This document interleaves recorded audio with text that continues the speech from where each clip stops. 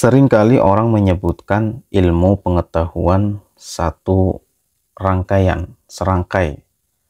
Ilmu pengetahuan alam, ilmu pengetahuan sosial, atau ilmu pengetahuan lainnya.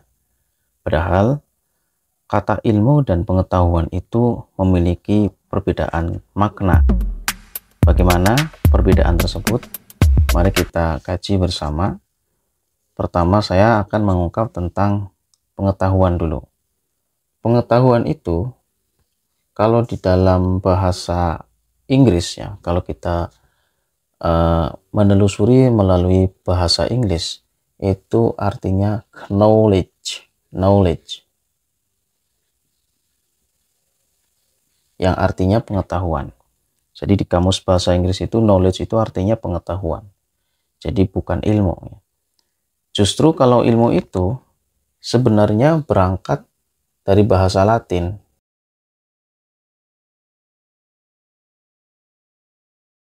Jadi kalau kita lihat dalam bahasa di luar bahasa Indonesia ya, atau bahasa Inggris, itu justru maknanya ya juga berbeda. Science and knowledge, begitu.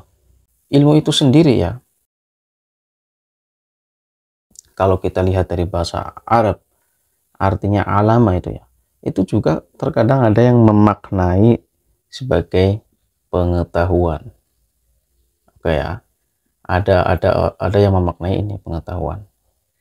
Nah, sebenarnya pengetahuan versi bahasa Arab dengan pengetahuan yang berangkat dari knowledge berbahasa Inggris itu sebatas mana, begitulah ya. Nah, kalau ilmu dalam bahasa Arab itu artinya ya yang ngerti, mengetahui, gitu saja. Ilmu dalam bahasa Arab kalau tidak dilanjutkan dengan bentuk amaliyah, ya dia hanya sebatas tahu saja, tidak ada aplikasi ya. Makanya ada dalil itu innamal alim al-amil, begitu ya. Jadi orang yang alim itu adalah orang yang mengamalkan. Jadi bukan hanya sebatas tahu sebenarnya ya. Ilmu tahu ya, tahu tentang caranya membuat roti, begitulah ya.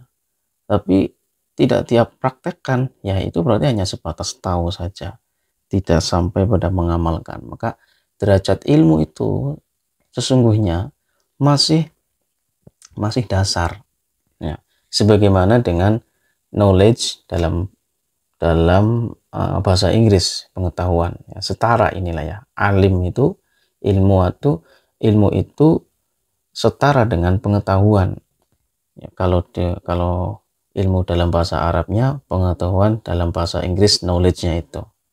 Maka dalam bahasa Arab ilmu itu harus diamalkan. Atau ketika dalam bahasa Inggrisnya science itu adalah pengetahuan, betul memang ya, tetapi pengetahuan yang dilakukan dengan penelusuran yang lebih jauh melalui misalnya penelitian. Nah, begini ya, melalui kajian yang berdasarkan filosofis, begitu ya, atau melalui syarat-syarat terlaksananya sebuah syarat-syarat ilmiah, begitu ya. Jadi sains itu adalah ya ilmiah, begitu ya. Ilmiah itu kemarin yang sudah saya sampaikan, ada syarat-syarat prinsip dasar filsafat itu adalah ada radikal, gitu kan ya. Nah, radikal ya, sistemis, kemudian universal ya, dan satunya spekulatif yang sudah saya bahas di video sebelumnya. Jadi sains itu harus memenuhi ini ya, cara berpikir filsafat ini. Kemarin ya di buku Prof. Cecep yang ini sudah saya jelaskan ya. Ini baru dikatakan sains, ini baru dikatakan ilmu dalam versi bahasa Arab yang sesungguhnya, kalau ilmu itu kemudian diamalkan. Ya, ini ya sains. Tetapi kalau hanya sebatas pengetahuan atau knowledge ini ya, maka derajatnya belum bisa semakna dengan sains, belum bisa semakna dengan ilmu yang nanti menuju amal, begitu. Dengan syarat memiliki ciri berpikir filsafat ini 4. Ya, maka dalam istilah Islam itu orang yang alim ya beda dengan orang yang abid, begitu. Ya, ada alim, abid. Ya, orang yang ahli ibadah, begitu ya.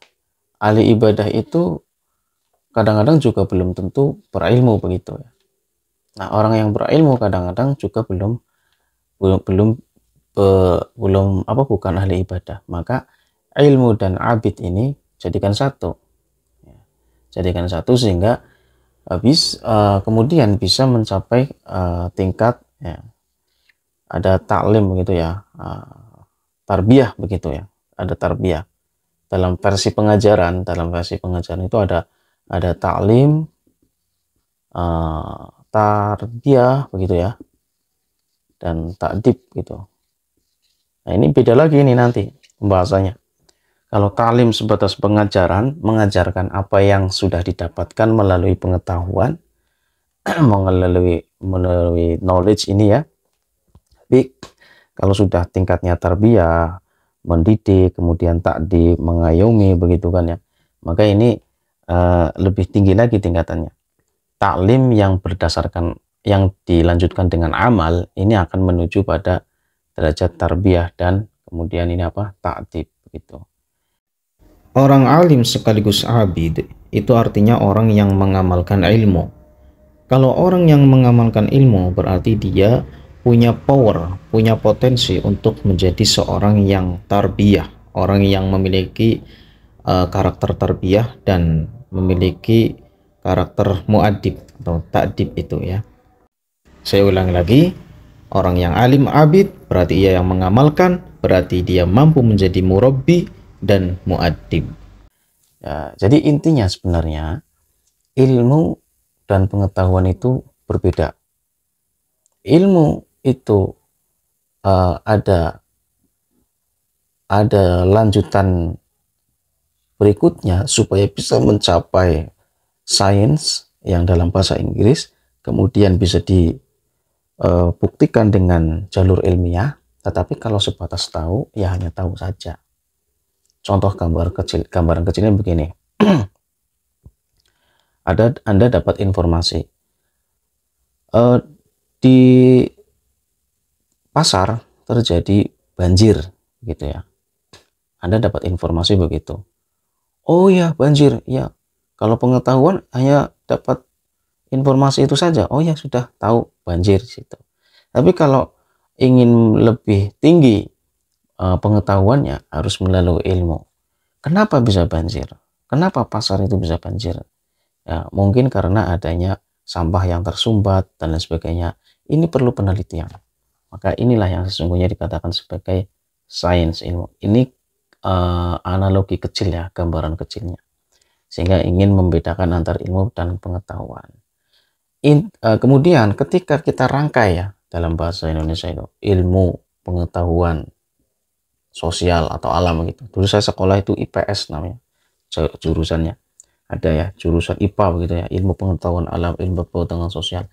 Ini sebenarnya kurang tepat ya, karena ilmu dan pengetahuan itu sendiri beda. Maka pada saat saya kuliah sekolah SMA dulu itu kalimat pengetahuannya dihilangkan, langsung IS gitu, ilmu sosial, ilmu alam begitu.